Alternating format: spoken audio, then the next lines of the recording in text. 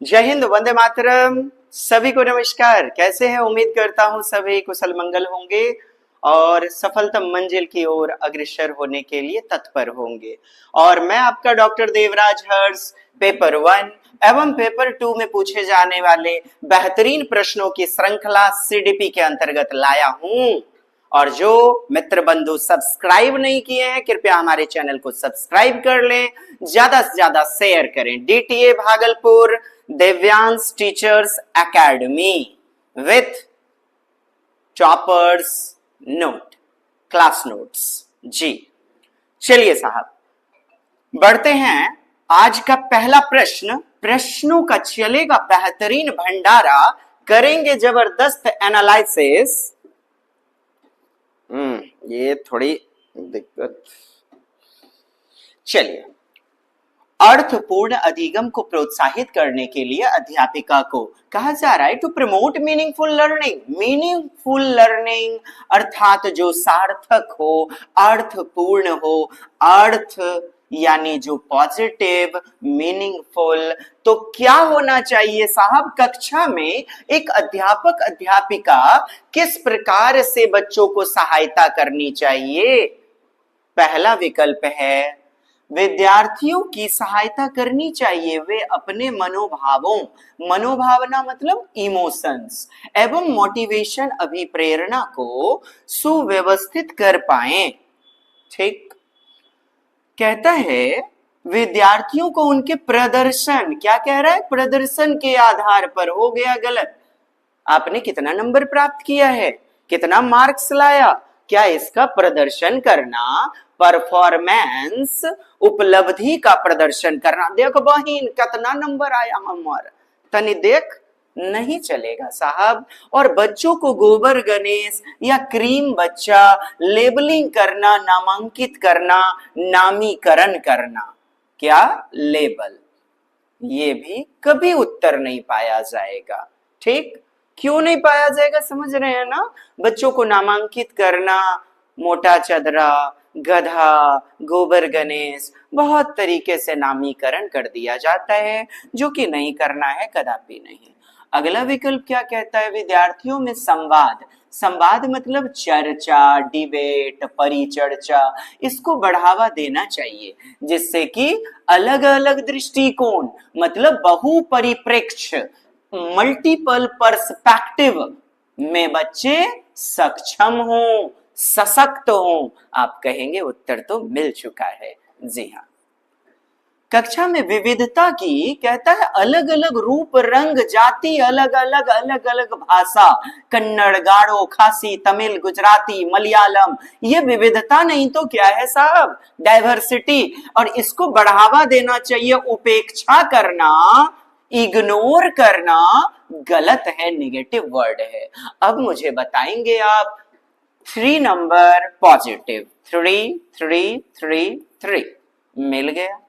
आइए, कहता है अर्थपूर्ण अधिगम को बढ़ावा देने के लिए मनोभाव और अभिप्रेरणा जरूरी है, सुव्यवस्थित करने में मदद करता है सहायता। विद्यार्थियों को उनके प्रदर्शन के आधार पर वर्गीकृत करना, नामांकित करना, उनके योग्यता के आधार पर समूह बनाना, कदापि नहीं साहब, बिल्कुल गलत होगा। तब तो भेदभाव पूर्ण शिक्षा की ओर बढ़ावा आ रहा है। 1 एंड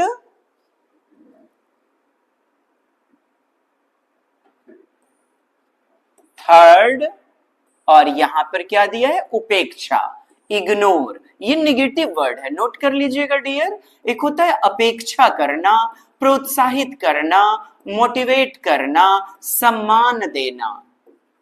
ये निगेटिव नहीं, ये पॉजिटिव है। ठीक, पॉजिटिव टैग वर्ड। लेकिन उपेक्षा मिल जाए, इग्नोर मिल जाए तो गलत कह देना। अब बताइएगा उत्तर क्या हो जाएगा? 1 एंड 3।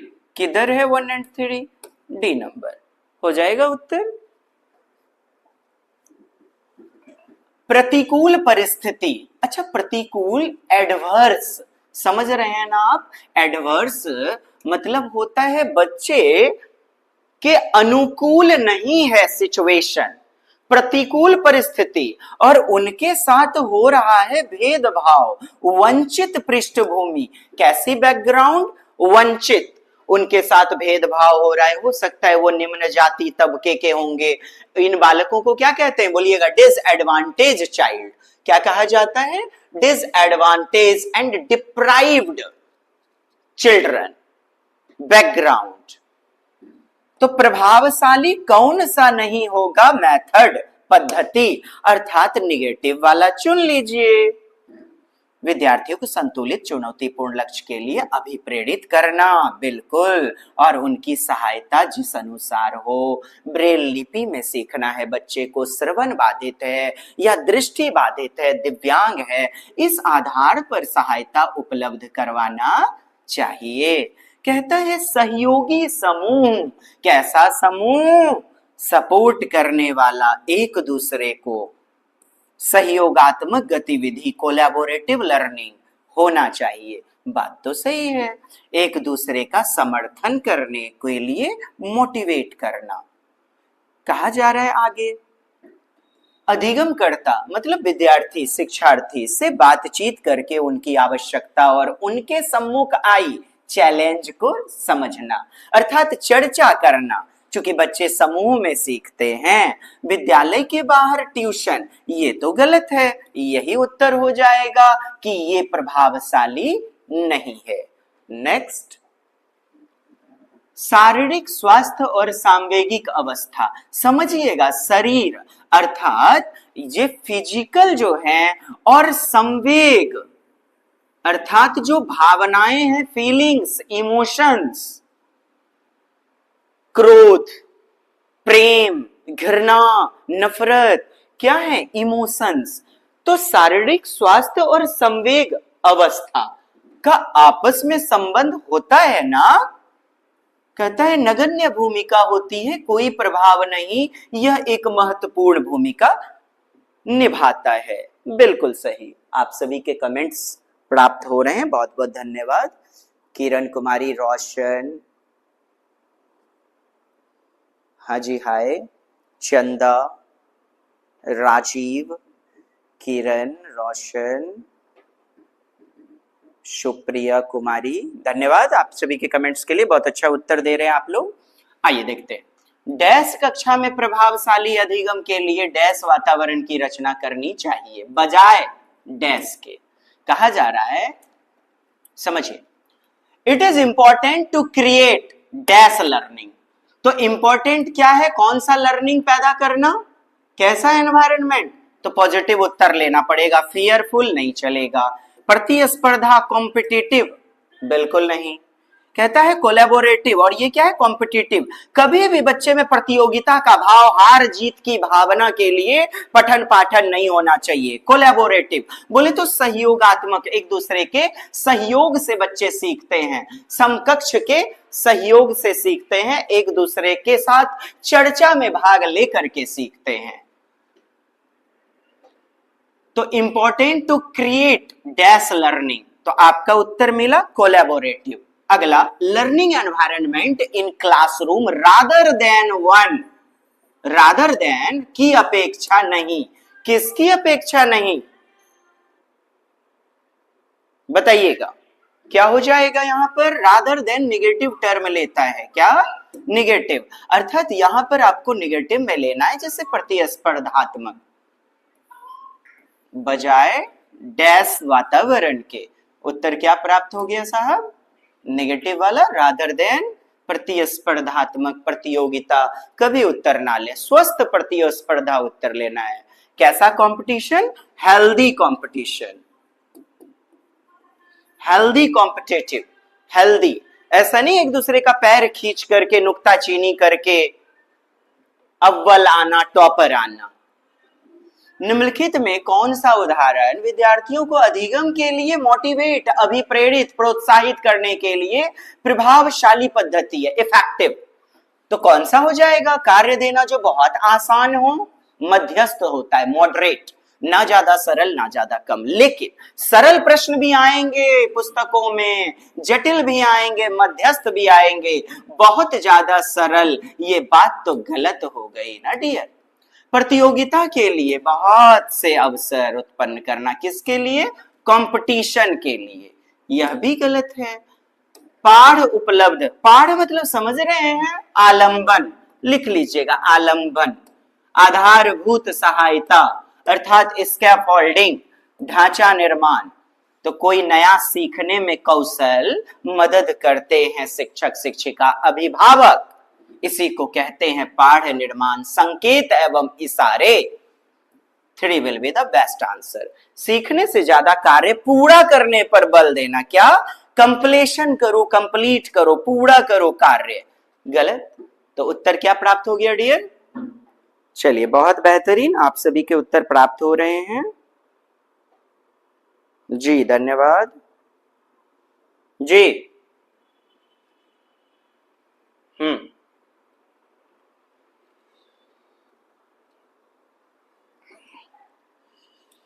रोशन, वाह जी वाह, बहुत बेहतरीन। आयत रहमान, राजीव जी, धन्यवाद। नेक्स्ट क्वेश्चन बनिएगा। चिंतन, कैसे चिंतन? बच्चों के सोचने विचारने अर्थात विचार, विचार के विषय में निम्नलिखित में कौन सा कथन सही नहीं है? कौन सा सही नहीं है? बच्चे अपने आसपास की विविध घटनाओं के बारे में सक्रियतापूर्ण, कैसे एक्टिव रूप में सोचते हैं और उनमें अन्वेषण, खोजबीन की लालसा, जिज्ञासा होती है। किसकी? कहता है कि बच्चों में एक्टिविटी के प्रति, बच्चों में डिस्कवरी के प्रति खोजबीन। आपने भी देखा होगा, मम्मा ये क्या है, मम्मा वो क्या है, मम्मा डॉगी क्या खाता है, मम्मा मम्मा ये कैसे होता है मम्मा। आपने भी देखा होगा, सुना होगा, है ना? वो क्या है? बच्चे में अन्वेषण। अन्वेषक किसे कहते हैं? वैज्ञानिक को। तो बच्चों में भी पाया जाता है खोज परख, जांच पड़ताल, खोजी उपागम, डिस्कवरी करने की लालसा, भावना। बिल्कुल सही है। आपसे तो बोला जा रहा है जो नहीं है सही। जन्मजात जिज्ञासु, क्यूरियस, आसपास की वस्तु को जानने के लिए। बच्चे अपने आसपास की विविध घटनाओं के बारे में स्वयं अपने सिद्धांत की रचना करते हैं। प्याजे ने कहा है ना, बिल्कुल। बच्चा एक नन्हा अन्वेषक होता है, ज्ञान की रचना स्वयं करता है। बच्चे कॉन्सेप्ट, प्रत्यय मतलब क्या होता है? अवधारणा, अवधारणा याद रखें। इसी प्रत्यय को संप्रत्यय कहते हैं, संप्रत्यय। अंग्रेजी देखोगे ना आप, आपको कॉन्सेप्ट मिलेगा डियर। कहते हैं स्वयं नहीं सोच सकते बच्चे। लीजिए, अध्यापक की मूल भूमिका होती है, यही तो गलत है। बालक में ज्ञान की रचना कैसे आएगी? बच्चा ज्ञान का स्वक्रियाशील रचना, रचनात्मक ज्ञान का रचना करता होता है। अधिगम, लर्निंग एक डैश और एक डैश प्रक्रिया है। तो लर्निंग क्या आप एक सीधी रेखा में प्राप्त करते हैं कि जा रहे हैं चैप्टर 1, चैप्टर 2, चैप्टर 3? क्या लर्निंग दादी के घर से, नानी के घर से, क्या वो मेले के दुकान में जाना, वो मेले में घूमना, रेलवे स्टेशन जाना, कहीं से नहीं हो सकता? आप कहेंगे जी हाँ, कहीं से भी हो सकता है। तो आपसे जब पूछ दे अधिगम क्या होता है, अधिगम एक रैखिक प्रक्रिया है। याद कर लीजिए, लिखिए तो। अधिगम क्या है? एक कॉम्प्लेक्स, जटिल प्रोसेस है। कैसा प्रोसेस है? अधिगम क्या होता है? चेतन प्रक्रिया। कैसी प्रक्रिया? चेतन या सचेतन। इसी को क्या बोलते हैं डियर? कॉन्शियस, सचेतन प्रक्रिया। अधिगम क्या है? एक प्रयासपूर्ण प्रक्रिया, प्रयासपूर्ण प्रक्रिया। ठीक, आइए तो यहां पर उत्तर देखिए, यहां सरल दिया जा रहा है, व्यक्तिगत दिया जा रहा है। जटिल, निष्क्रिय गलत हो जाएगा ना, सक्रिय हो जाएगा, एक्टिव। सक्रिय प्रक्रिया, एक्टिव। आप तब तक नहीं सीख सकते जब तक शिक्षक और एक विद्यार्थी दोनों की अंतःक्रिया न हो। यस और नो? और इसी को तो कहते हैं सक्रिय। क्या कहते हैं डियर? एक्टिव। क्या हो जाएगा हमारा उत्तर? से is the best answer. Next question. अपनी कक्षा में अर्थपूर्ण अधिगम, कैसा अधिगम? मीनिंगफुल लर्निंग, सुसाध्य बनाने के लिए, सुसाधित करना, अपनाना, अपनाना। तो अपनाना अर्थपूर्ण अधिगम को अध्यापिका को क्या करना चाहिए भाई? सांस्कृतिक, धार्मिक, भाषाई विविधता को चाहिए अपनी कक्षा में लागू करना, समझना। कभी भी अलग अलग जाति, धर्म, रीति रिवाज, संस्कृति अलग अलग, इनको अनदेखा करना नहीं चाहिए, टाल देना नहीं, उपेक्षा करना, इग्नोर नहीं, समझना चाहिए कि कोई बात नहीं, ऐसा होता है। और इसी को तो व्यक्तिक विभिन्नता कहते हैं। क्या कहते हैं? Personal individuality. क्या कहा जाता है डियर? Individual difference. अलग अलग रूप, रंग, व्यवहार, बुद्धि, लब्धि अलग अलग होती है। एक जैसी समान बुद्धि सबकी नहीं होगी। अलग अलग जाति धर्म होते हैं, अलग अलग समाज संस्कृति। तो इसको लागू करना चाहिए शिक्षिका को, अध्यापिका को। एक डैश कक्षा में कहता है in a dash classroom teachers adapt their pedagogy, मतलब वो शिक्षा शास्त्र का इस्तेमाल कर रहे हैं अध्यापक। और एंड वेरी असेसमेंट, कहता है अलग अलग आकलन की विधि। कैसी विधि? अलग अलग, बच्चों की व्यक्तिगत जरूरत के अनुसार परिवर्तित कर देती है। ये तो बहुत अच्छी बात है। चहुमुखी विकास होगा बच्चे का, अर्थात प्रगतिशील कक्षा, प्रोग्रेसिव क्लासरूम। कैसा क्लासरूम? प्रगतिशील, क्योंकि बच्चे की जरूरत के अनुसार, इंडिविजुअल डिफरेंस के आधार पर बच्चे के अनुसार अनुकूल किया जा रहा है ज्ञान को। इसे कहते हैं एडप्टेशन, अनुकूलन। और ये किस पर? प्रगतिशील शिक्षा, प्रोग्रेसिव क्लासरूम। 2 चैप्टर आप पढ़ेंगे, एक आपका समावेशी कक्षा जॉन डीवी की, और दूसरा इंक्लूसिव क्लासरूम, और दूसरा प्रोग्रेसिव एजुकेशन, यानी सर्वांगीण विकास बच्चे का कैसे हो। प्रगतिशील विकास शैक्षिक और गैर शैक्षिक, स्कॉलेस्टिक और को स्कॉलेस्टिक, दोनों तरीके से, खेलकूद में भी और पठन पाठन में। क्या टीचर सेंटर्ड होती है शिक्षा? व्यवहारवादी, मानववैज्ञानिक बोलते हैं बच्चे को कोड़े कागज, खाली स्लेट, जिसे टेबुला रासा बोला जाता है। क्या बोला जाता है? टेबुला रासा। पाठ्य पुस्तक केंद्रित किताबें भगवान थोड़े हैं। कभी सीटेट आयोग बुक सेंटर्ड नहीं लेगा उत्तर। 4 इज द राइट आंसर। बच्चों का विद्यालय में असफल होना। देखिए, इफ चिल्ड्रन फेल्यूर, बच्चा फेल होता है तो साहब याद रखिए बच्चे के साथ वो शिक्षक भी फेल हुआ है। वह शिक्षण व्यवस्था, वह स्कूलिंग सिस्टम, वह करिकुलम, ये शिक्षण संस्थाएं सब फेल हुए हैं। बच्चे फेल हुए हैं तो इसका यह मतलब नहीं कि केवल बच्चे में कमी है, उस शिक्षण संस्थान में, करिकुलम में दोष भी है। और असफलता एक चुनौती है, स्वीकार करो। क्या कमी रह गई देखो और सुधार करो। असफलता एक भयंकर भूल नहीं है।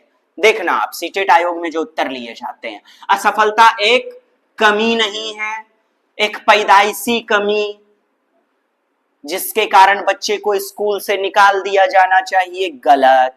कहता है समर्थता नहीं है बच्चे में, कैपेबिलिटी नहीं है, गलत। प्रस्तावित बजट कहता है समर्थता नहीं है, फिर से गलत। निर्दिष्ट करता है कि विद्यालय इन बच्चों की आवश्यकता और रुचि के अनुसार पठन पाठन नहीं करवा पा रहा, मतलब नीड्स और इंटरेस्ट के आधार पर चिल्ड्रन को नहीं मिल पा रही स्कूली शिक्षा, समर्थ नहीं है। किस आधार पर? आवश्यकता और रुचि के आधार पर। गौर फरमाइए ना आप। 4 नंबर देखिए, आप खुद कहेंगे नहीं सर वाकई में मजा आ गया। 4 नंबर। और प्रश्न ऐसे ही आएंगे साहब, शब्दों का खेल है, बस आप उलझ मत जाना। इसीलिए तो बाइलिंगुअल हम लेकर के चलते हैं। डीटीए भागलपुर विथ रास एजुकेशन यूं ही बेहतरीन प्रगति के पथ पर नहीं चल पड़ा है, बस आपकी इनायत है। केवल 699 में डिस्काउंट ऑफर के तहत बैच प्रोवाइड किया जा रहा है। जल्द से जल्द हमारे पैड कोर्स का आप हिस्सा बने। और नोट्स मटेरियल मंगाने के लिए आप शुरुआत के में जो थंबनेल लगा हुआ है वहां से मोबाइल नंबर प्राप्त करें और नंबर पर कॉल करके डाक कुरियर के द्वारा आपके घर तक नोट्स भेज दिया जाएगा। आइए बच्चों का ध्यान भंग हो सकता है, कहता है दूसरे को पढ़ाना सहायता करना समूह में। हाँ, समूह में एक दूसरे को पढ़ा रहा है, एक बच्चा दूसरे बच्चे को समझा रहा है, तो ये तो पॉजिटिव होगा ना साहब। बाय वर्किंग इन ग्रुप्स, समकक्षी ग्रुप में काम करना, children helping each other children, तो क्या होगा, ध्यान भंग हो जाएगा क्या? कदापि नहीं। कंपटीशन, प्रतिस्पर्धात्मक, बोले तो कॉम्पिटिटिव, कदापि उत्तर मत लेना। स्वस्थ प्रतिस्पर्धा उत्तर लोगे आप। क्या ये रुकावट का काम करती है? सर याद मानिए, बच्चे ग्रुप में बेहतर सीखते हैं, यही तो वाइगोत्स्की कहते हैं सामाजिक सांस्कृतिक अंतःक्रिया, पीयर्स लर्निंग, समकक्ष वातावरण, समूह से सीखते हैं बच्चे। विघ्न, रुकावट, स्वयं की चिंतन प्रक्रिया पर आक्षेप। आक्षेप मतलब प्रतिबिंबन होता है, क्या होता है? रिफ्लेक्शन, अर्थात हम जो भी चिंतन कर रहे हैं उसका पुनर्विचार कर रहे हैं, तो ये बहुत पॉजिटिव है। प्रतिबिंबित करना अपने विचार का, प्रतिबिंबन, प्रतिबिंबीकरण, और कई बार प्रश्न में पूछे गए हैं। और संज्ञानात्मक एक्टिविटी, क्रियाकलाप के उच्च स्तर पर पहुंच सकता है। Of course, why not. अंग्रेजी देख लें जहां फंस जाएंगे तो, are able to reflect on their own thought, कितना पॉजिटिव टैग वर्ड है। सेल्फ, ऑन, स्वक्रियाशीलता, स्वमननशीलता, आत्मचिंतन, आत्म प्रतिबिंबन, और वाइगोत्स्की इसी को कहते हैं निजी वार्ता, और पियाजे कहते हैं इसे अहम केंद्रित वार्ता, ईगोसेंट्रिक स्पीच, और उधर प्राइवेट स्पीच। दोनों ही स्थिति में बच्चे क्यों करते हैं? सेल्फ मॉनिटरिंग के लिए। किसके लिए साहब? सेल्फ मॉनिटरिंग, आत्म क्रिया निर्देश, अपने कार्य को दिशा प्रदान करने के लिए। हस्तक्षेप करती है, कहता है बच्चे में इंटरफेयर, भ्रांति मतलब निगेटिविटी, हाँ, संभ्रांति, गलतियां, मिसकॉन्सेप्शन, कदापि उत्तर होगा डियर नहीं। समाजीकरण, बोलिएगा समाज ने जो बनाया नियम, कायदे, कानून, प्रचलन, समाज में उठने बैठने का तौर तरीका, यही तो है सोशलाइजेशन, समाजीकरण।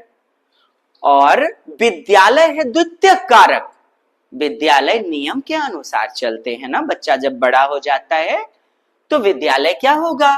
औपचारिक, क्या होगा? फॉर्मल, औपचारिक, अर्थात एक फॉर्म से चलेगा, फॉर्मल प्रोसेस। इसी को द्वितीयक कारक बोलते हैं। क्या बोलते हैं डियर? द्वितीयक।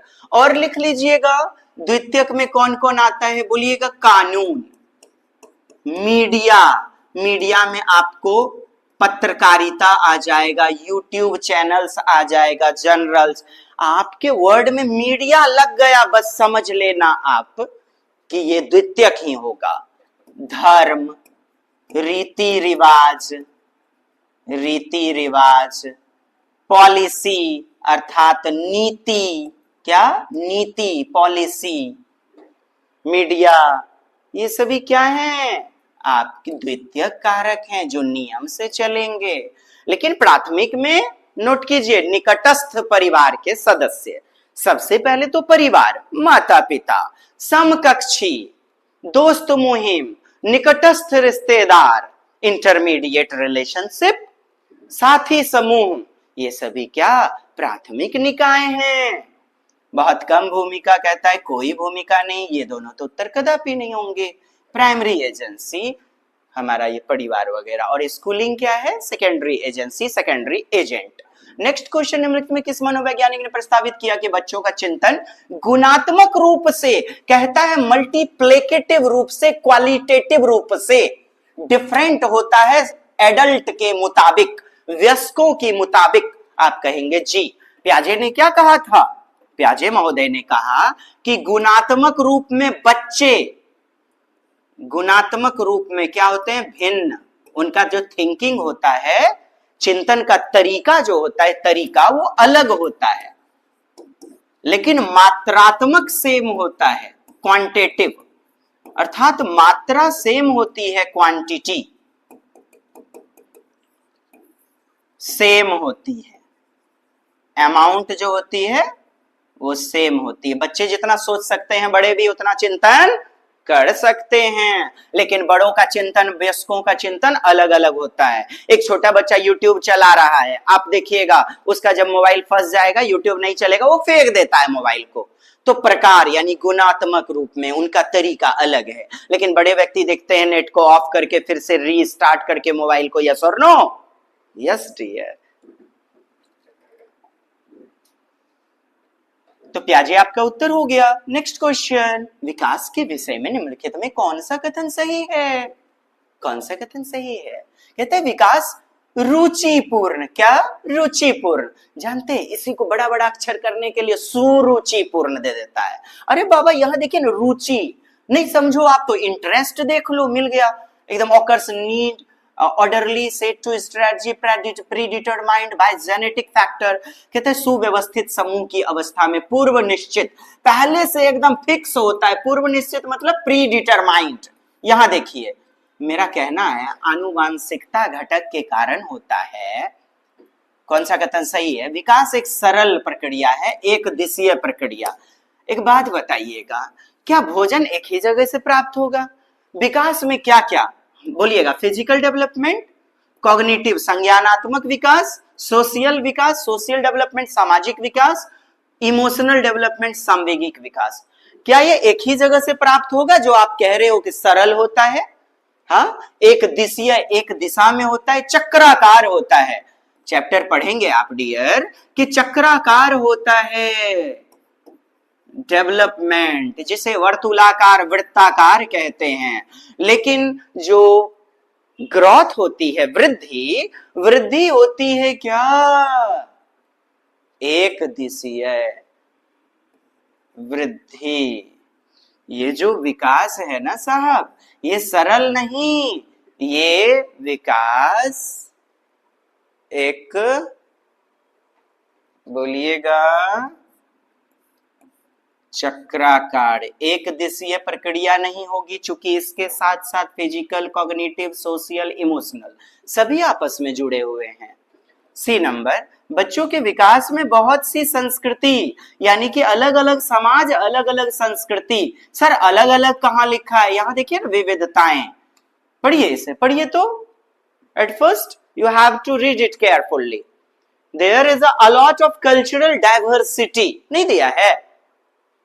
बच्चों के विकास में बहुत सी सांस्कृतिक विविधताएं होती है, बात तो सही है। अलग अलग संस्कृति, अलग अलग रीति रिवाज, कोई हिंदू, मुस्लिम, सिख, ईसाई, भाषा अलग, गारो, खासी, तमिल, गुजराती, मलयालम, तमिल, कन्नड़, बोंगला एटसेट्रा। तो विविधताएं पाई गई ना साहब, यही तो सही है हमारा उत्तर, और आपसे सही पूछ रहा था। संसार में सभी बच्चे का विकास एक ही क्रम में और सुनिश्चित समय से होता है। अब देखिए क्या मारा पापड़ वाले को और फंसाया। कितना प्यारा प्रश्न है साहब। क्या कहता है प्रश्न? सभी में विकास का क्रम एक ही। देखिए क्रम एक ही होता है, क्रम वही होगा। सभी बच्चे गर्भावस्था, बाल्यावस्था, किशोरावस्था, गर्भावस्था, शैशवावस्था, बाल्यावस्था, किशोरावस्था, प्रौढ़ावस्था, वृद्धावस्था में जाएंगे ही जाएंगे सभी बच्चे, दुनिया के सभी बच्चे। ठीक, क्रम एक होता है, लेकिन वृद्धि का जो क्रम होता है ना, वो चक्राकार होता है। अर्थात क्या होता है साहब? अलग अलग, कभी इधर से मोटा हो गया, कभी इधर से पतला हो गया, कभी कोई नाटा रह गया, कोई लंबा हो गया ज्यादा। ठीक, कहता है सुनिश्चित समय से होता है। क्या साहब? सुनिश्चित समय से। तो ये भी तो हमारा गलत हो जाएगा। सुनिश्चित समय से एक ही क्रम में। यहां देखिए, children across the world follow the same sequence and exact time of development. आपने देखा होगा विकास का क्रम जो होता है, क्रम सेम होता है। ठीक, क्रम जिसे आपके प्रश्नों में सीक्वेंस कहा दिया जाता है, ऑर्डर कह दिया जाता है, पदानुक्रमिकता कहा जाता है, तो ये एक ही होता है। लेकिन कहता है एक ही समय में सुनिश्चित समय से होता है। जरूरी है क्या? आप फिर फंस रहे हैं कि दर जो होता है उनका स्पीड होता है। साहब स्पीड एक जैसा होता है? आप कमेंट्स कीजिए, आप सभी का उत्तर ना डी नंबर आएगा, क्योंकि प्रश्न का निर्माण ही इसी तरह किया गया है ताकि आप फंसे। एग्जाम से पहले एग्जाम वाला ही है ये एग्जाम, और प्रश्न का किया है हमने समावेशन बेहतरीन वाला प्रीवियस को लेते हुए। जी देखिए ना, सुनिश्चित समय से आप जानते हैं एक 8 वर्ष का मंगड़ी है, एक 8 वर्ष का ननकी है। क्या दोनों का भाषा एक जैसा होता है? एक फिक्स टाइम होता है? क्या दोनों में संज्ञान का विकास 8 वर्ष का 8 वर्ष का 10 वर्ष का 10 वर्ष का एक जैसा होगा? कोई रामायण गीता महाभारत 3 वर्ष की अवस्था में ही पटर पटर सुना देता है, तो क्या एक सुनिश्चित समय होगा? आप कहेंगे सुनिश्चित समय का मतलब क्या? सर स्पीड को कहते हैं, पेस को कहते हैं, गति को कहते हैं, दर को कहते हैं, और दर आप जानते हैं विकास में अलग अलग होती है, अतः यह भी गलत हो गया। सी इज द बेस्ट आंसर। कैसा लग रहा है हमारा प्रयास? सूचित कीजिए। जी विश्लेषण की गहराई तक जाएंगे, आपकी रूह में सफलता मंजिल बनकर उतर जाएंगे। विकास सुव्यवस्थित समूह की अवस्था में पूर्व निश्चित, पहले से ही एकदम डिटरमाइंड। मैं कहता हूं आनुवांशिकता के साथ वातावरण कहा गया।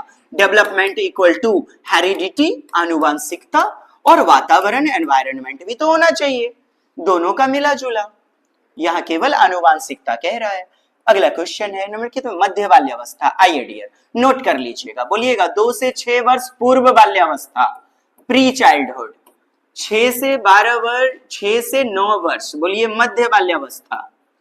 क्या साहब? मध्य बाल्यावस्था। बोलिएगा 9 से 12 वर्ष उत्तर बाल्यावस्था अर्थात पोस्ट चाइल्डहुड, और यहां पर मध्य चाइल्डहुड अर्थात मिडिल चाइल्डहुड आपका दिया गया है।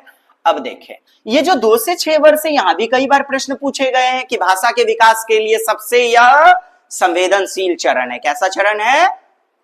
जी संक्रांतिक है, संवेदनशील चरण है भाषा के विकास के लिए, संज्ञान के विकास के लिए।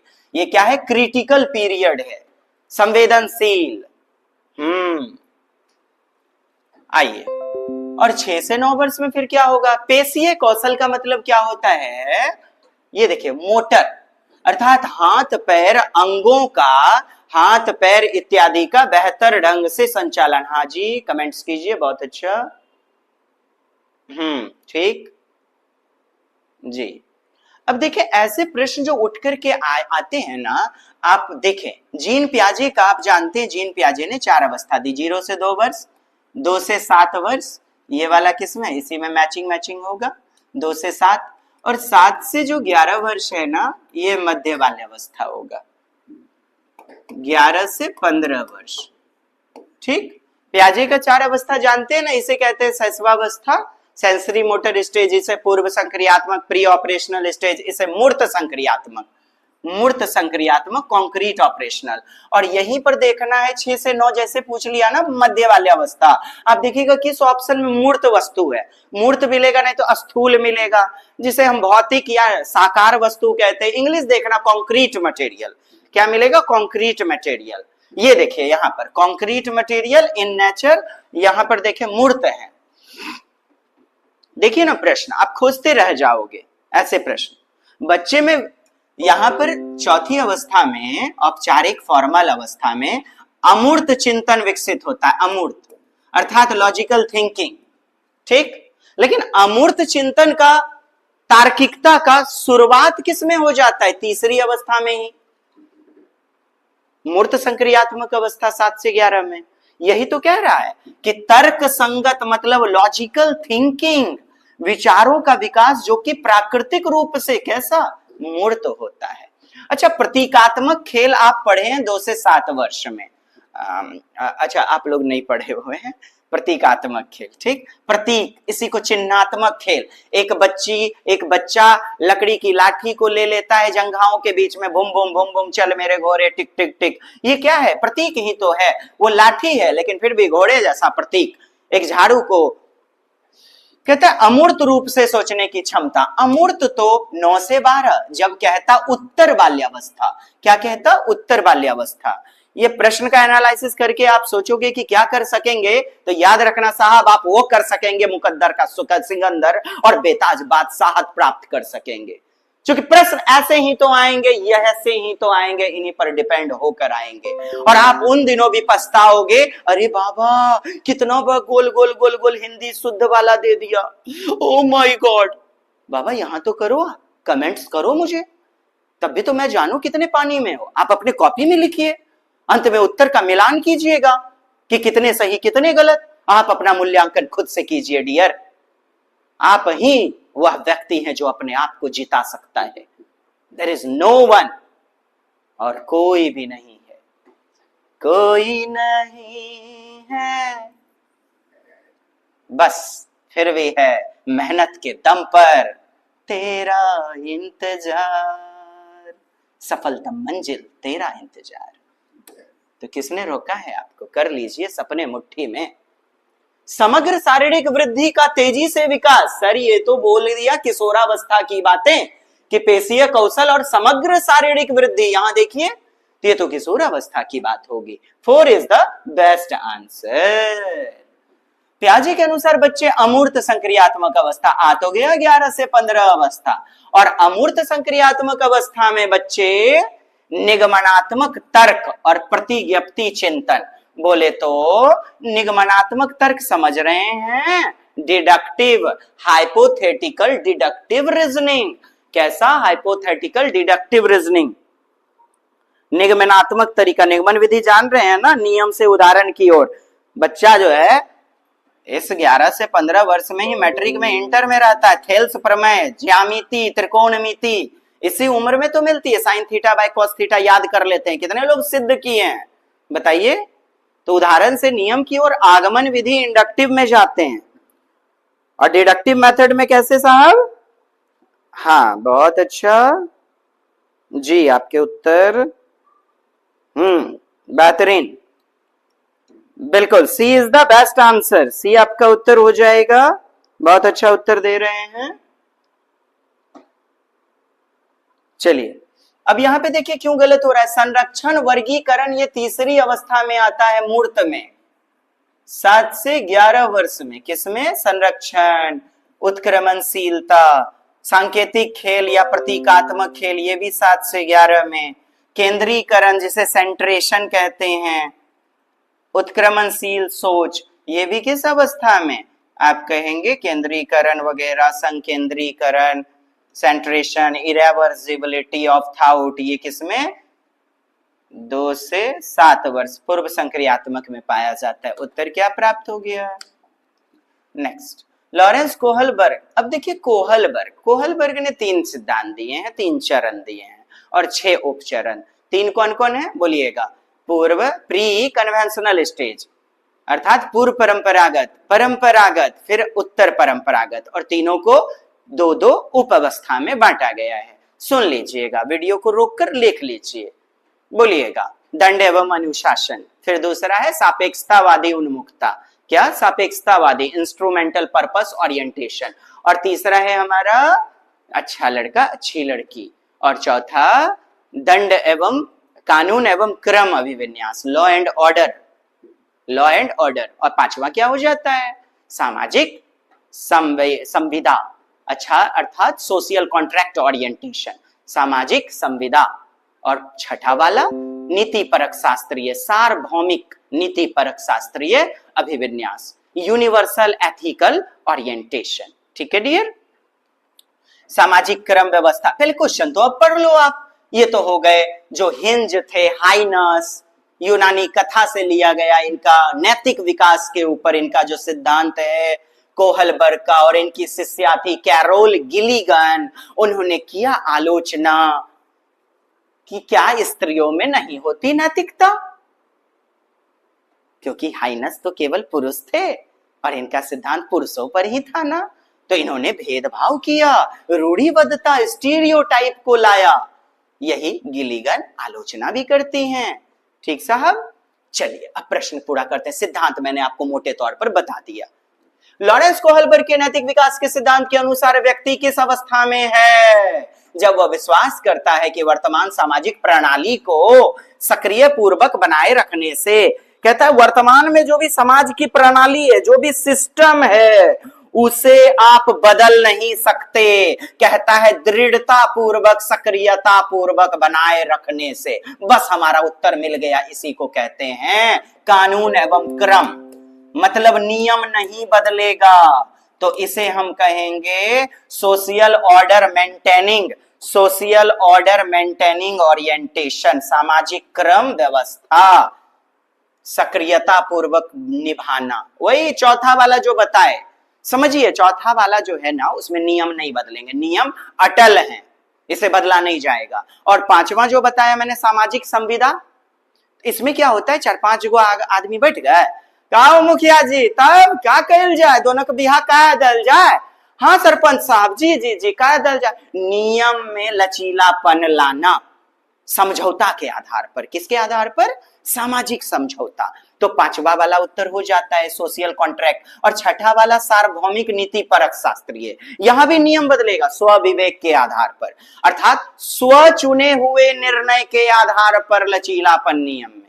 Self chosen conscience, self conscience, स्व विवेक के आधार पर, तब आप सार्वभौमिक नीति परक शास्त्रीय लेना। लेकिन कहेगा नियम नहीं बदलेगा, सक्रियता पूर्वक निभाना है, धनात्मक मानवीय संबंध और सामाजिक वर्ग जिससे सुरक्षित रहता है नियम निभाने से।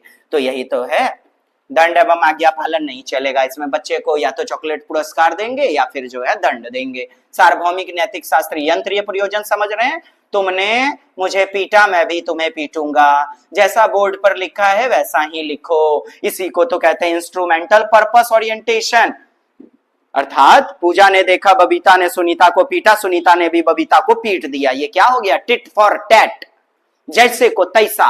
तो उत्तर लेना सापेक्षतावादी यंत्रीय प्रयोजन, इंग्लिश में इंस्ट्रूमेंटल पर्पस ओरिएंटेशन, अंग्रेजी में सिद्धांत। जरूर याद करना। आज इतना याद रख लो। छबो चरण आप मुझे कमेंट्स में लिख कर भेज देना। मैंने इतने छोटे से वीडियो में लगभग 2.5 मिनट में इस टोटल सिद्धांत को समझाया आपको। आप बस वीडियो रोक करके ना इन सिद्धांत को, जो भी मैंने बोला, फिर से सुनिएगा उसे और लिख लीजिएगा।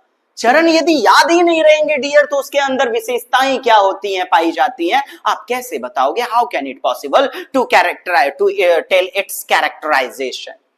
बाल्यावस्था में अवधि में विकास, कहता है अवधि, पीरियड, कौन सा पीरियड? चाइल्डहुड। और आपको हमने बताया 2 से 12 वर्ष बाल्यावस्था की उम्र, 2 से 6 वर्ष पूर्व बाल्यावस्था, 6 से 9 मध्य बाल्यावस्था, 9 से 12 वर्ष उत्तर बाल्यावस्था। जी वो रॉस के अनुसार रहने दीजिए ना, 6 से 12 वर्ष नहीं पढ़ना है अभी। आपके सीटेट आयोग में इसको शुद्ध आधार पर माना जा रहा है, आप इसी के आधार पर रहिए। हरलॉक महोदय, रॉस, नाइट एंड ब्रूस, मन, सिगमंड फ्रायड, आपके एरिक एरिक्सन, हाँ बहुत सारे मनोवैज्ञानिक है, सब में मतभेद है, अलग अलग विचारधाराएं। तो आपका सीटेट जिस आधार पर बनेगा, आप उस टाइम पीरियड को लेकर के चलिए ना। 2 से 12, 2 से 6 वर्ष, 6 से 9 और 9 से 12। प्री चाइल्डहुड, मिड चाइल्डहुड और फिर पोस्ट चाइल्डहुड, लेटर चाइल्डहुड वाला। आइए, कहता है बाल्यावस्था की अवधि में विकास केवल परिमाण समझ रहे हैं, मात्रा, क्वांटिटी, मात्रा, क्या गुण नहीं पाया जाता, इसीलिए गलत।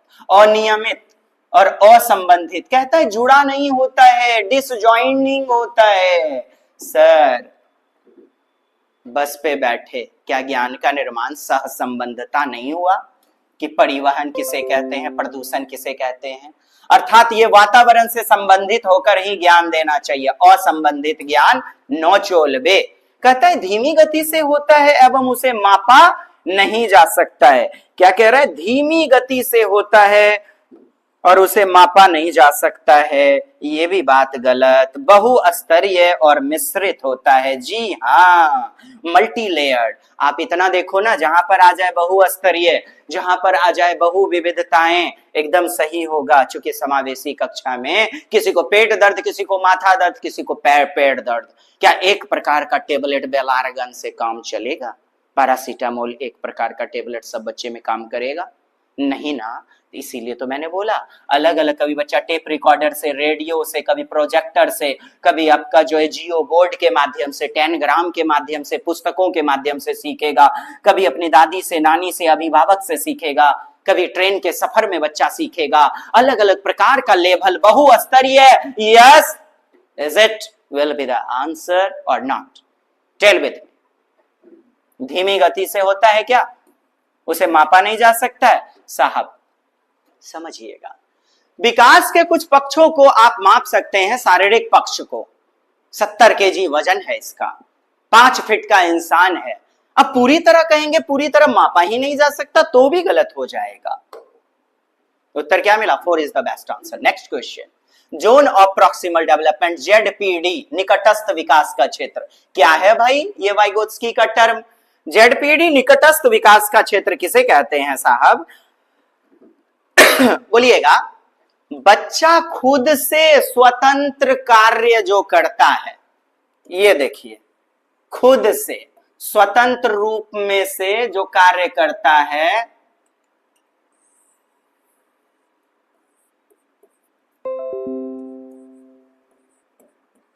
जैसे एक कलम को पकड़ लिया बच्चे ने खुद से, यानी कि बच्चे का, हाँ ये ठीक है, बच्चों के वर्तमान स्तर पर स्वतंत्र प्रदर्शन, अर्थात बच्चा खुद से जो कार्य कर रहा है स्वतंत्र रूप में प्रदर्शन, और दूसरों के मदद से यानी वयस्क के मदद से या समकक्षी दोस्त की मदद से सहायता जो मिला, अर्थात ये जो देख रहे हो आप समकक्षी मदद, समझना, आज एकदम समझा के दम लूंगा ZPD को, क्योंकि ऐसा ही होता है आपका स्कैफोल्डिंग, पार निर्माण, ढांचा निर्माण। अंतर इतना है, पार या ढांचा अस्थाई टेम्पररी, लेकिन ZPD होता है परमानेंट। कैसा होता है? अस्थाई, परमानेंट, अस्थाई।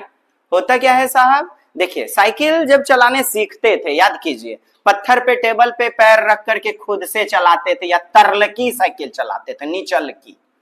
ये क्या हो गया? स्वतंत्र प्रदर्शन खुद का। क्या हो गया डियर? स्वतंत्र। अब समवयस्क या समकक्षी दोस्त मुहिम सहायता दे करके पीछे कड़ियर पकड़ते थे कि चलो चलो चलो हम पीछे से पकड़े हुए हैं, तो ये बच्चे का दूसरों का मदद हो गया, समकक्षी मदद।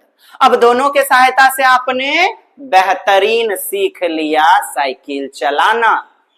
यही बीच का खाली क्षेत्र ZPD कहलाता है। मतलब वर्तमान में बच्चा जो कर सकता है और समकक्षों के सहायता से जो बच्चे ने उपार्जित कर लिया प्रदर्शन, उस दोनों के मध्य का क्षेत्र, उस दोनों के मध्य का क्षेत्र, ये मध्य का क्षेत्र ही ZPD, zone of proximal development कहलाता है। याद कीजिए, 2 साल का बच्चा छंगूड़ी कलम खुद से पकड़ लिया था, वो क्या था? स्वतंत्र प्रदर्शन। और मम्मी पापा ने यानी समकक्ष ने सहायता प्रदान किया, और तब उनके मध्य एक कौशल उपार्जित हुआ।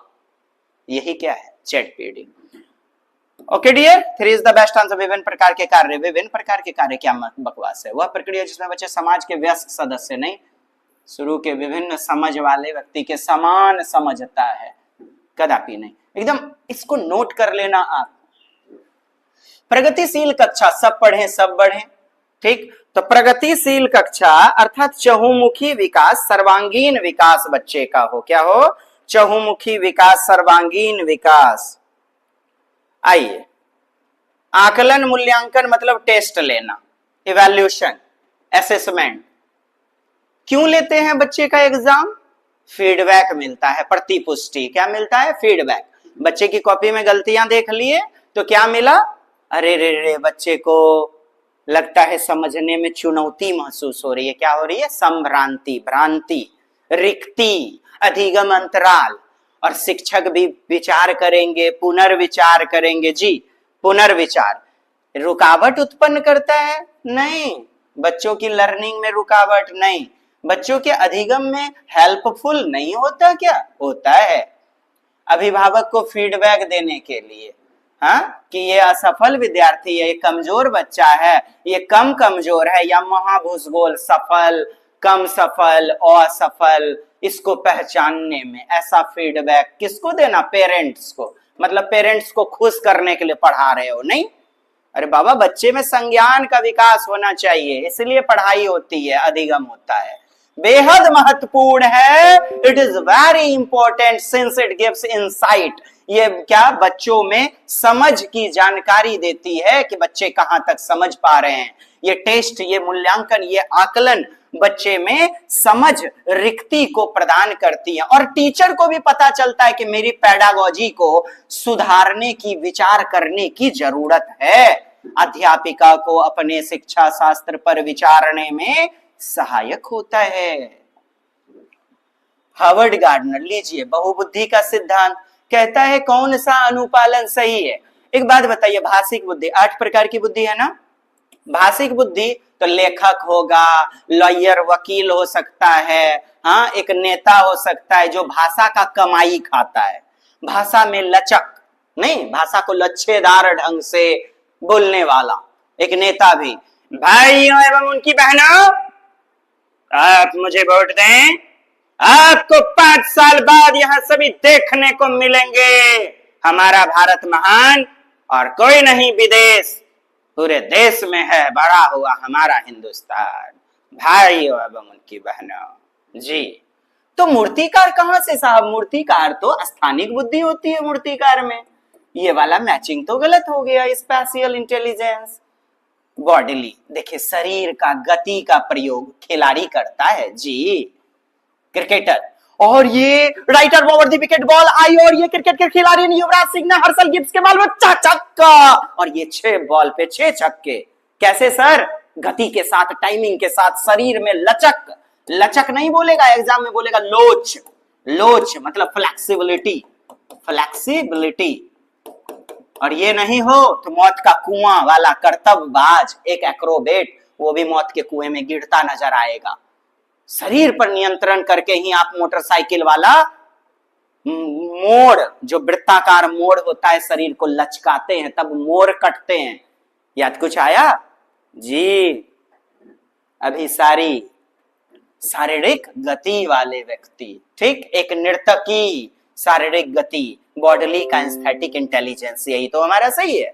कहता है स्थानिक बुद्धि, ये लीजिए, एक वायुयान चालक में, एक मूर्तिकार में, एक कार्टूनिस्ट में क्या पाया जाता है? स्थानिक बुद्धि। मनोवैज्ञानिक नहीं, अंतरा व्यक्तिक, मतलब खुद के रूप, रंग, व्यवहार, खुद की मनोदशा, खुद की कमजोरी, खुद की मजबूती को जानना, समझना। विक्रेता काय कुबाई है?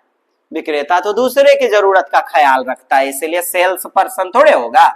ये समझ रहे हैं कि नहीं? विक्रेता, देखिएगा, दूसरे के जरूरत के अनुसार क्या कहलाता है? बोलिएगा अंतर व्यक्तिक।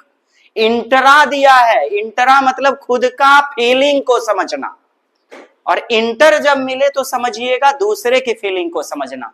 2 चीजें हार्वर्ड गार्डनर के अनुसार, इंटरपर्सनल और इंट्रा पर्सनल। यहां क्या दिया है? इंट्रा पर्सनल दिया है कि नहीं जी?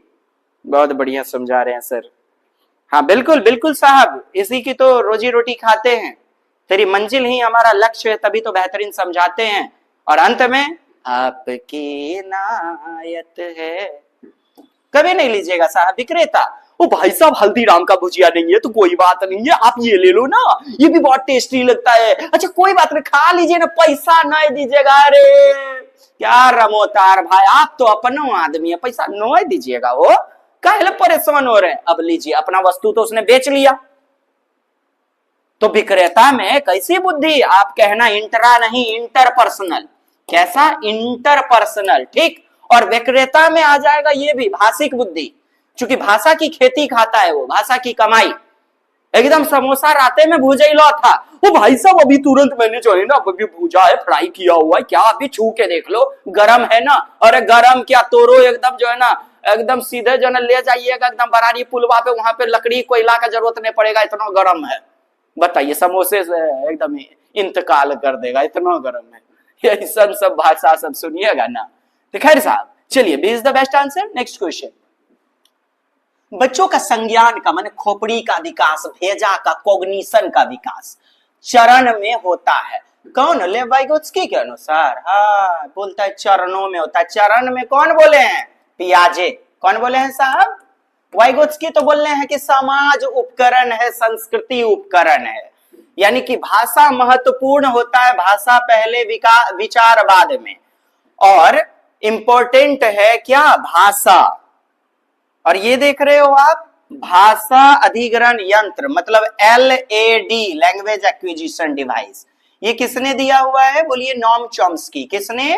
तो ये विकल्प गलत हो गया, ये विकल्प भी गलत हो गया। स्कीमा के परिपक्वन से बच्चों में संज्ञानात्मक विकास अग्रसर होता है। एक बात बताइए मुझे, स्कीमा का टर्म किसने दिया हुआ है? क्या वाइगोत्स्की ने दिया है? आप कहेंगे नहीं। स्कीमा मतलब पैकेट ऑफ इंफॉर्मेशन, कार्य करने की विधि। बच्चों में संज्ञान का विकास कौन महत्वपूर्ण भूमिका निभाता है? भाषा। तीन चीज पर तो इन्होंने बोला है वाइगोत्स्की ने कि बच्चे में समाज वाइटल रोल प्ले करता है, संस्कृति, जिस समाज संस्कृति वातावरण में हम रहते हैं, और इसी के कारण संज्ञान का विकास होता है, भाषा का निर्माण होता है। और भाषा पहले विचार बाद में। से इज द बेस्ट आंसर। देखिए ना प्रश्न, आप फंसते नजर आओगे डियर। और वीडियो को रोकिए, मौका लीजिए, खुद से सोचिए पहले, तब मेरे एनालिसिस को सुनिए। लाइव नहीं जाओगे कोई बात नहीं है। बाल केंद्रित कक्षा। देखिए बच्चा भगवान है, बच्चे के रूप रंग व्यवहार बुद्धि को समझना, उनके अनुसार ढालते हुए पढ़ाना चाइल्ड सेंट्रिक क्लास कहलाती है। चाइल्ड सेंटर्ड, शिक्षार्थी केंद्रित, बाल केंद्रित। क्या पुरस्कार और दंड का प्रयोग करोगे? दंड देना एकदम अपराध। व्यक्तिगत आवश्यकता को पूरा करना प्रत्येक बच्चा का, जी बिल्कुल। फ्लेक्सिबल अर्थात बच्चे के अनुसार उनकी रुचि क्षमता के आधार पर चीजों को ढाल देना ही लचीलापन, फ्लेक्सिबिलिटी कहलाती है। अर्थात इसी को अनुकूल करना कहते हैं। उत्तर में लचीला नहीं मिलेगा, अनुकूल मिल जाएगा। क्या मिल जाएगा? एडप्ट करना। पुस्तक ही क्या ज्ञान का स्रोत है एकमात्र? क्या बच्चे की क्षमता के आधार पर वर्गीकृत करोगे? अध्यापक बच्चे की क्षमता, आज क्षमता नहीं है, 1 साल 3 साल 5 साल बाद क्या बच्चे में योग्यता नहीं आती? क्या योग्यता, क्षमता, एबिलिटी एक अचर राशि है? मतलब स्थिर, अटल होता है क्या, जो बदले नहीं कभी? कदापि नहीं। वक्त के साथ बदलता है साहब। चाहे वो नया लोहा हो, जंग तो लगता है साहब, और जंग लगने के बाद चमक आती है साहब, चाहे वो पुराना लोहा ही क्यों ना हो। तो तुझे यदि लाचारी और बेबसी आती है खुद पर, तू मेहनत कर, अपने हाथों को अपना फावड़ा बना, अपनी बुद्धि को सफलतम जहाज रूपी यंत्र बना, और कर ले दुनिया मुट्ठी में। किस मनोवैज्ञानिक के अनुसार बच्चे के संज्ञानात्मक विकास में सांस्कृतिक उपकरण? वाइगोत्स्की। जेंडर रूढ़िवादिता क्या है? जेंडर स्टीरियोटाइप समझिएगा। लड़की होकर लड़का होकर रोते हो, छी, क्यों? लड़का रो नहीं सकता। लड़का होकर के तुम गुड़िया से खेलते हो, लड़की होकर के तुम कार से खेलती हो, लड़की होकर जींस पहनती हो, साइकिल चलाती हो। लड़कियों को गृह विज्ञान लेना चाहिए। लड़कियां दिमाग से नहीं सोचती, दिल से सोचती हैं। लड़के दिल से सोचते नहीं, दिमाग से सोचते हैं। ये सब उदाहरण क्या है? और समानता को बढ़ाने वाले, अर्थात रूढ़िवादिता को बढ़ाने वाले जेंडर स्टीरियोटाइप। आप पढ़ेंगे लिंग रूढ़िवादिता, चाहे वो मेल हो कि फीमेल हो, पुरुष और स्त्री, किसी के साथ यदि भेदभाव हो गया तो वही हो गया क्या? रूढ़िवादिता। मतलब ढर्रे से चला आ रहा, शुरू से चला आ रहा एक वाद। वाद मतलब प्रचलन, एक प्रथा, इसी को कहते हैं रूढ़ी से चला आ रहा वाद। तो निगेटिव जो लगे उत्तर ले लेना। आपसे पूछेगा कैसे दूर करोगे, कैसे खत्म करोगे, तो चुनौती देंगे, उदाहरण लेंगे दोनों के प्रति वाला, अर्थात पुल्लिंग स्त्रीलिंग दोनों वाला, न्यूटर वाला, मध्यस्थ वाला। कुछ उदाहरण लेंगे, प्रतिभा देवी सिंह पाटिल, हाँ लेंगे उदाहरण हम लोग, पीटी उषा, पीवी संधू, अर्थात केवल पुल्लिंग वाले ही उदाहरण नहीं लेकर के स्त्रीलिंग वाले भी उदाहरण लेंगे। विचार करना चाहिए, कक्षा में चर्चा करना चाहिए, ये सब उत्तर लिए जाएंगे। एक ही लिंग का कहता है समूह बनाना, कदापि मत लेना एक ही लिंग का, पुल्लिंग पुल्लिंग स्त्रीलिंग, मिश्रित समूह होना चाहिए एक ही योग्यता वाला, ये भी गलत हो जाएगा। क्रियाकलाप के लिए मिश्रित लिंग समूह बनाना, जी उत्तर है। और कहता है विचार विमर्श यानी चर्चा करना, क्या डिस्कशन। अस्वीकार करोगे क्या उपेक्षा करोगे लिंग के जैविक अंतर का, अर्थात जैविक अंतर समझ रहे हैं, कोई पुल्लिंग है कोई स्त्रीलिंग है। समाज में चित्रित लिंग भूमिका को प्रबल कर देना, कहता है बढ़ावा दे देना, प्रबल करना, वेरी बैड। अध्यापक को कक्षा में बहुभाषिकता लाना चाहिए। हो सकता है आपके बिहार में कोई बोंगला बोलने वाला आ जाए, क्या उसे मना करोगे, क्या उसकी उपेक्षा करोगे, क्या यह एक समस्या होगी, क्या रुकावट है, यह एक गुण है और साधन के रूप में प्रयोग होता है, क्या मल्टीलिंग्विज्म, क्या मल्टीलिंग्विज्म।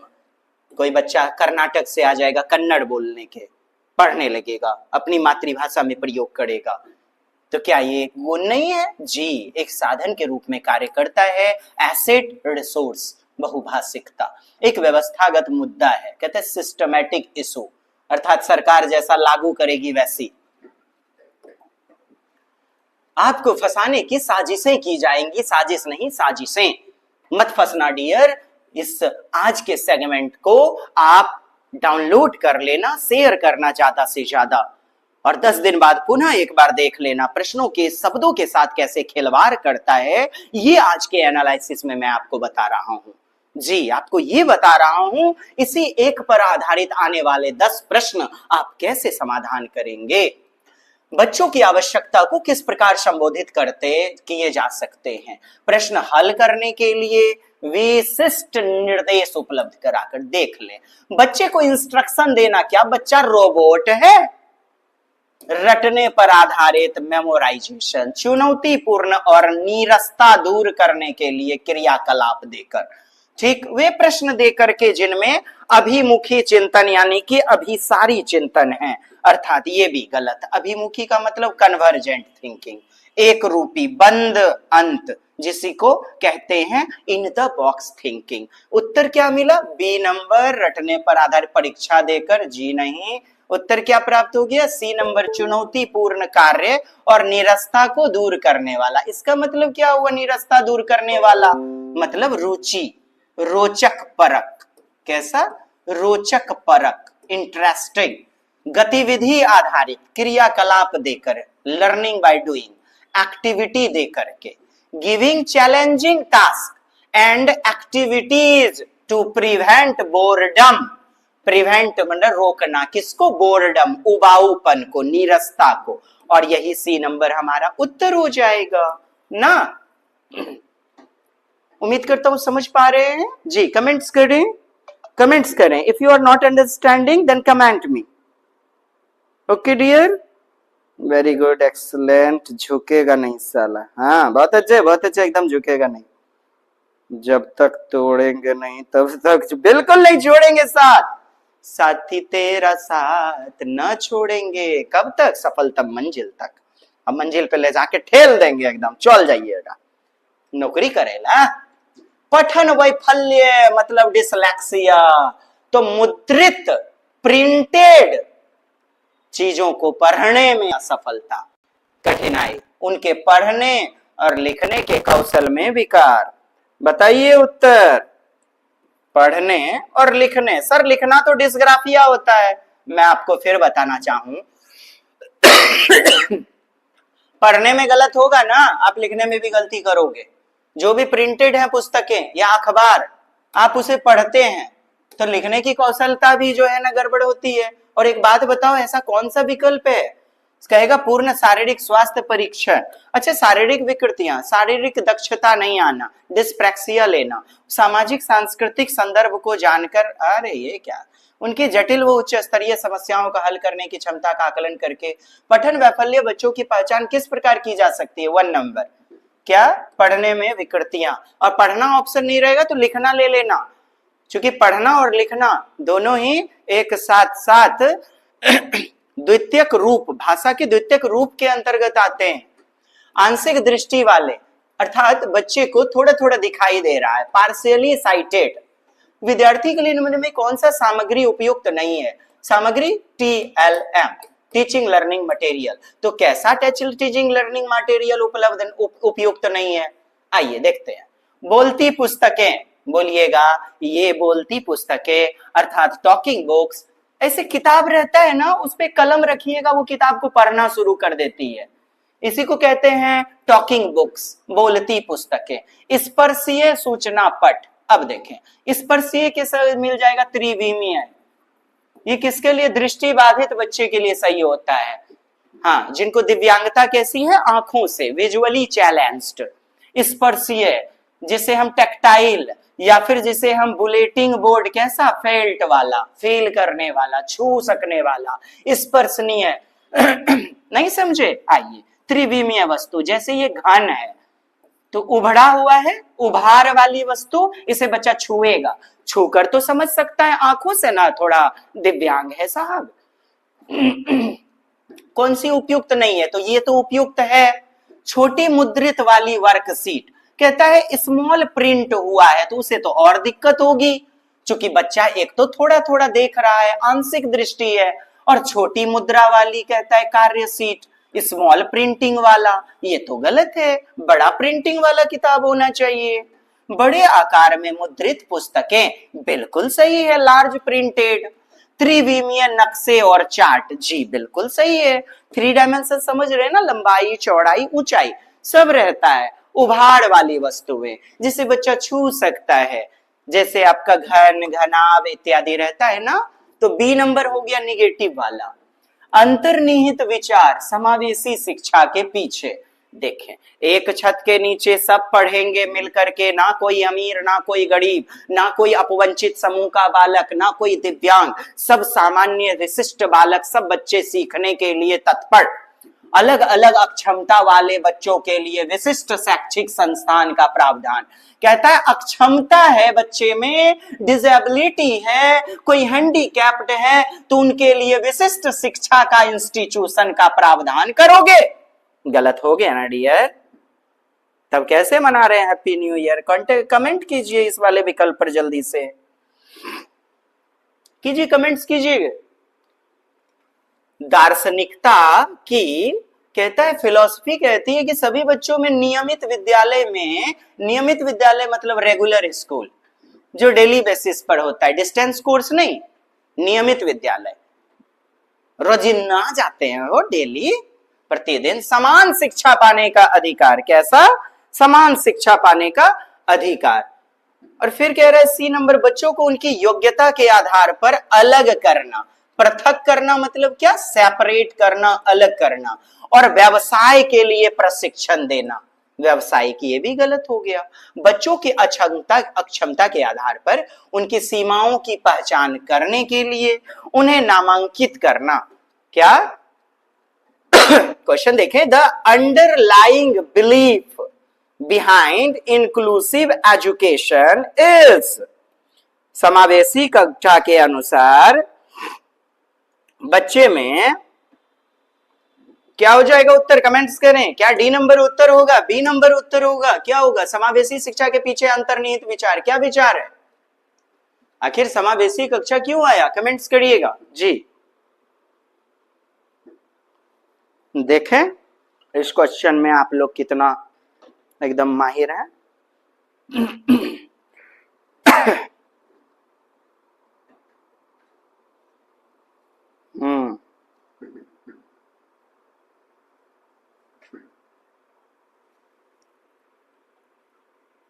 बहुत बढ़िया, बहुत अच्छे। समावेशी शिक्षा के पीछे अंतर्निहित विचार है अलग अलग अक्षमताओं वाले बच्चों के लिए विशिष्ट शैक्षिक संस्थान का प्रावधान। क्या होगा ये उत्तर? कोई बच्चा आंख से दिव्यांग है, उसके लिए ब्लाइंड स्कूल भेजिएगा आप।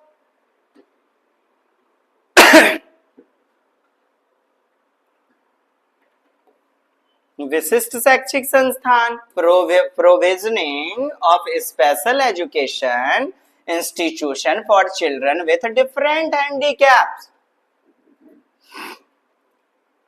1 नंबर, या बी नंबर या सी या डी? क्या आपका उत्तर होगा बताइए।